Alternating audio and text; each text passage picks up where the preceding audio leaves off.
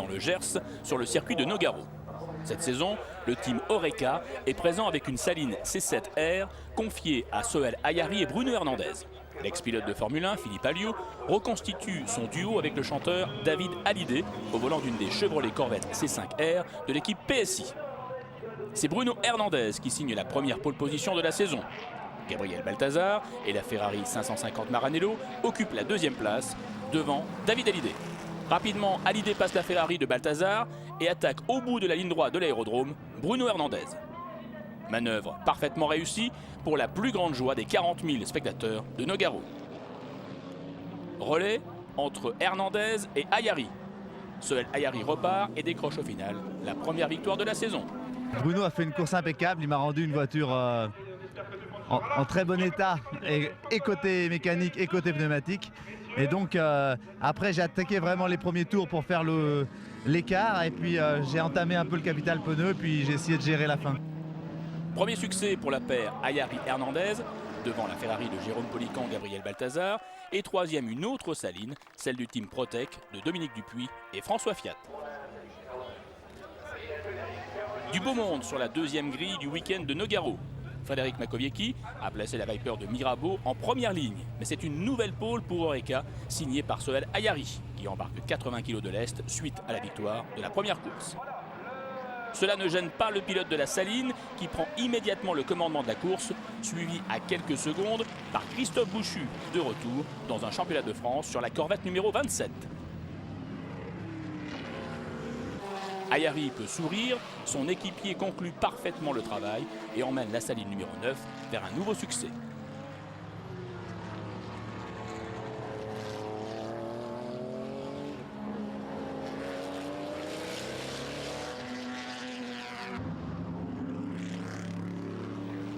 Belle lutte pour la deuxième place entre les deux Chevrolet Corvette. Bouchu-Lebon du team SRT face au Finlandais Paltala Kuismanen de PSI. C'est finalement la paire française qui décrochera la deuxième place derrière un Bruno Hernandez radieux.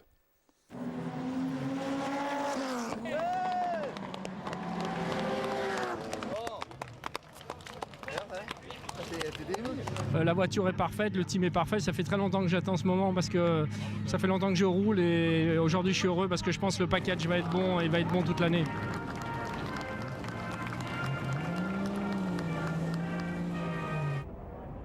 Le tracé de Nîmes-les-Denon accueille la deuxième manche du championnat de France GT. Troisième pole position consécutive pour la Saline Oreca. Bruno Hernandez devance la Chevrolet Corvette de David Hallyday. Mais le pilote PSI adore le toboggan nîmois et porte dès le début de la course une attaque en bout de ligne droite avant le célèbre triple gauche. Après les changements de pilote, c'est le jeune Marcus Paltala qui se mettra en valeur et qui offrira la victoire au team PSI devant Ayari Hernandez et Alliot Hallyday.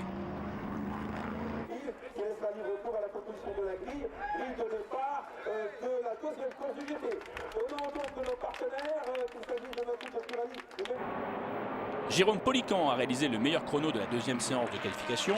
La Ferrari numéro 2 devance Philippe Alliot, Christophe Bouchu, Sohail Ayari et Dominique Dupuis. Bouchu attaque et Bouchu prend la tête dès le premier tour. L'ex-vainqueur des 24 heures du Mans laisse le relais à Yvan Lebon. Dans le même temps, David Hallyday succède au volant de la Corvette numéro 24 à Philippe Alliot. Hallyday démontre de nouveau son potentiel derrière un volant et son goût pour ce tracé gardois. Première victoire de l'équipage David Hallyday, Philippe Alliot. J'ai essayé de préserver évidemment les pneus, ce qui était important, la voiture, et puis essayer de ne pas me faire décrocher par les leaders. C'était mon objectif. Je savais que quand je donnerais la voiture à David, il ferait le reste pour qu'on gagne.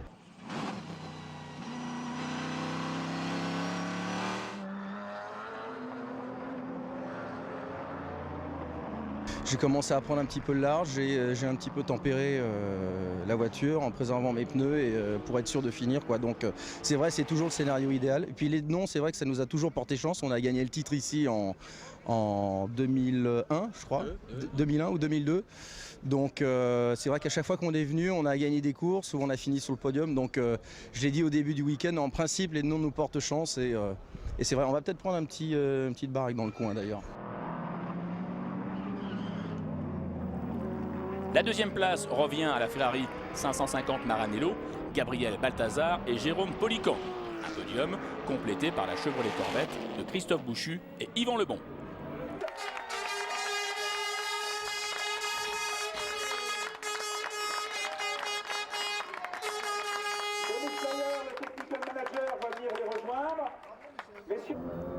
La première séance qualif de Dijon-Prenois s'est déroulée sous la pluie. Les Vipers en ont profité pour reconquérir la première ligne de la grille de départ. Les champions de France en titre, Patrick Bernauser, Olivier Thévenin, se retrouvent aux côtés du poleman Gaël Lesoudier, épaulé par Anthony Beltoise.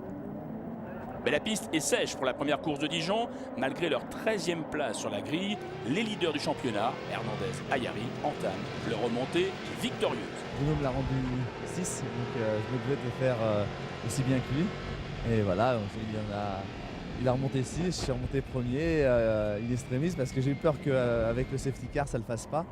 Mais j'ai pu trouver une ouverture et c'était une course magnifique avec une saveur particulière parce que bon, ça a été dans le peloton très chaud avec des passages vraiment très délicats. Et celui que j'adore, tout va bien.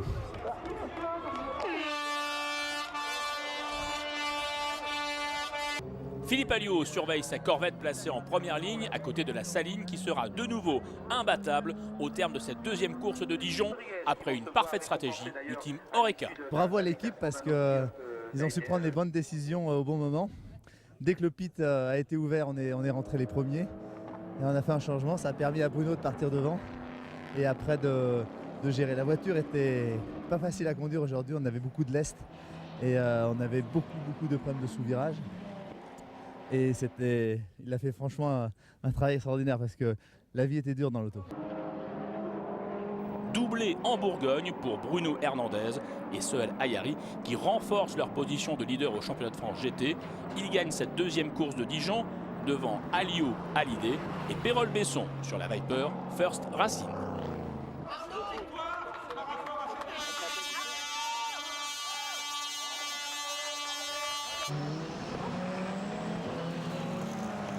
Le cap de la mi-saison est franchi sur le circuit du Val-de-Vienne.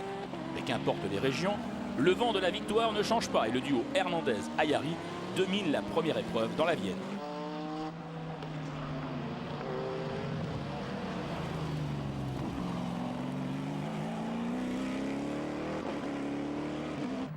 Suprématie des Salines, puisque Dupuis et Fiat occupent la deuxième place. Pour la troisième, c'est un peu plus compliqué. Explication musclée entre Polican, Alliot et Bouchu.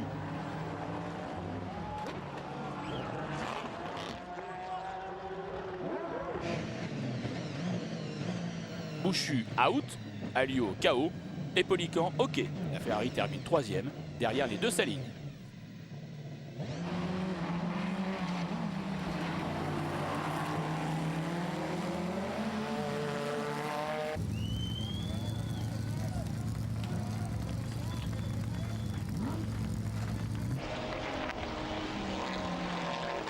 Pas de Saline aux avant-postes pour la deuxième course du Val-de-Vienne.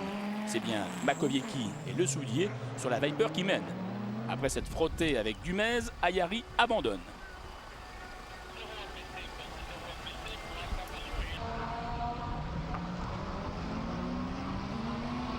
Lesoudier conclut le travail en doublant Richard Ballandras, équipier de Sébastien Dumez.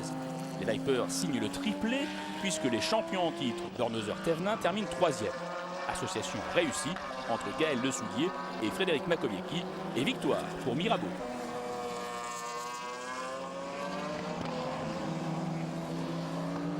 La Viper ici était très performante. Il faut surtout souligner le beau travail de Gaël parce que j'ai un équipier qui a fait un boulot fantastique. Il a réussi à doubler tout de suite Richard Ballandras et à faire la différence et félicitations. Il fallait absolument passer devant. Et surtout que je me suis rendu vite très compte qu'en motricité dans le lent c'était très difficile. Donc Richard revenait très près de moi dans le lent et j'essayais de toujours ménager un peu. J'arrivais à prendre un peu de distance dans le rapide, ce qui me ménageait finalement une petite avance très faible certes, mais suffisante pour aller jusqu'au bout.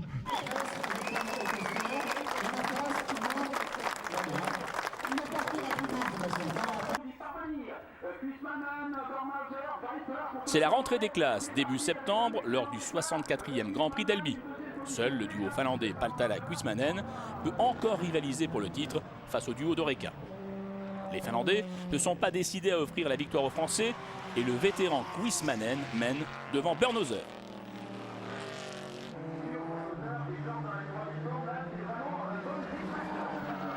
La Viper numéro 1 reprend la tête, mais Kuismanen insiste et occupe la première place.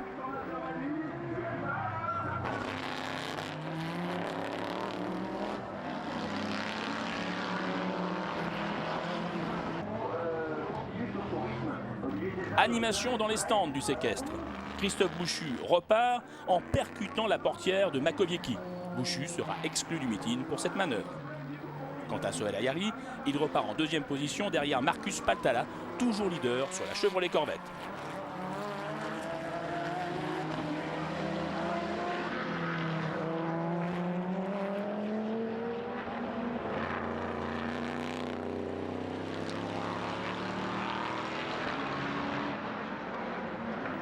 Accrochage spectaculaire entre Eric Kerol et Frédéric Makowiecki qui abandonne sa Viper numéro 10 fortement endommagée.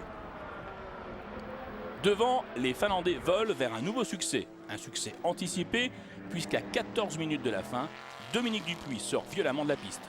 Choqué mais indemne, Dominique Dupuis devra malheureusement mettre un terme à sa saison, la Saline étant trop accidentée.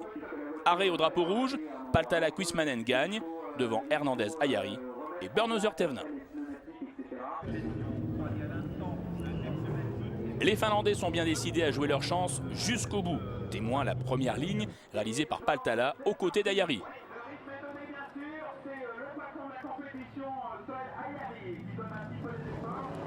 La Saline devance la Corvette, mais très vite le Finlandais double le Français qui pense avant tout au point d'une deuxième place.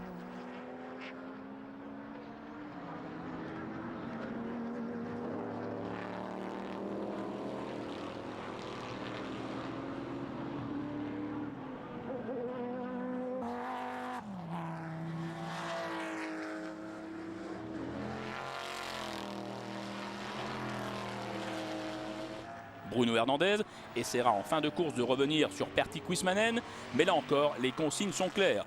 Pas de risque inutile. Deuxième, le duo Oreca est tout proche du titre, même si mathématiquement, tout est encore possible pour les Finlandais. C'est un super week-end avec 2 victoires. C'était dur face à Oreca hier et encore aujourd'hui. Je dois vraiment remercier Pertti d'avoir contenu Bruno derrière lui. Vraiment un bon week-end. Bien sûr, nous sommes un peu loin au niveau des points, mais malgré tout, on s'est rapprochés. On verra ce qui se passera. Et il nous reste 4 courses à gagner. Le circuit Bugatti accueillait l'avant-dernier rendez-vous de la saison 2006 du GT France, dans le cadre d'un meeting DTM. Affiche prestigieuse pour un week-end capital pour le Team Oreca qui vise le titre de champion dans la Sarthe.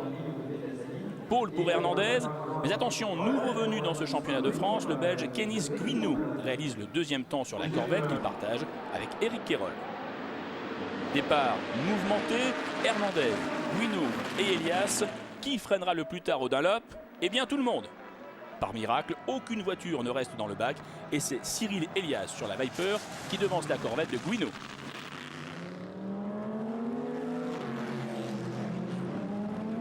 Hernandez, lui aussi miraculé du départ, remonte à la 3e place devant Patrick Bernhauser.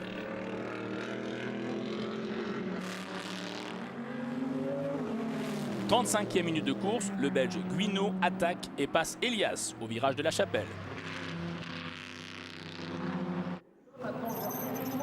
Sohail Ayari reprend le volant de la Saline à la 3e place de cette première course du week-end. Il attaque immédiatement, enchaîne les meilleurs tours et décroche une victoire importante en vue d'un titre qui se rapproche à grands pas.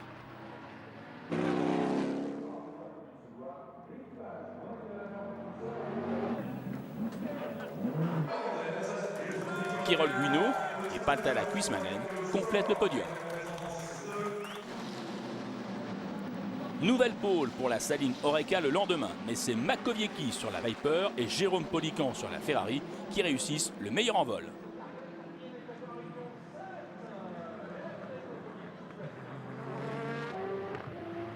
Ayari attaque au garage vert, Polican, la Saline prend la 2e place.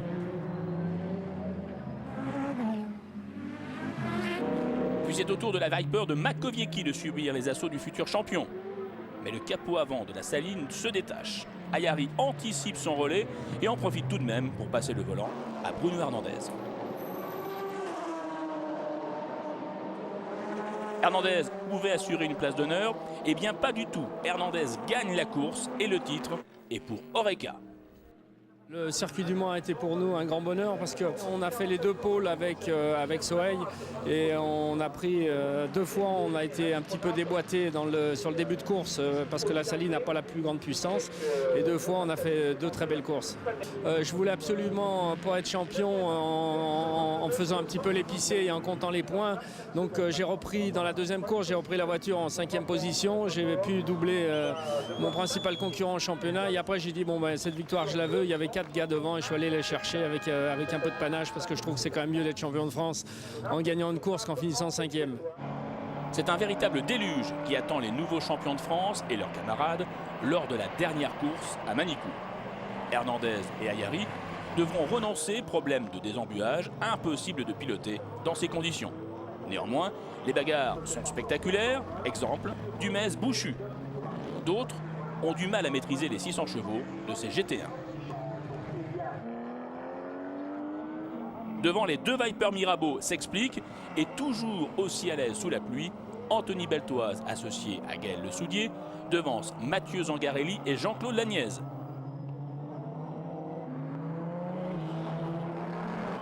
Doublé Mirabeau devant la Corvette de Bouchu et Bervilliers. Gaël a fait un super boulot, l'équipe top, puis moi je suis en pleine forme en ce moment donc tout va bien. Piste sèche pour l'ultime épreuve de la saison. Un baroud d'honneur des nouveaux champions qui signent leur 8e victoire. Ils devancent Christophe Bouchu et son équipier Roland Bervilliers qui s'est vite habitué à la Corvette et Patrick Bernauser, Olivier Thévenin au volant d'une nouvelle Ferrari 550 Maranello.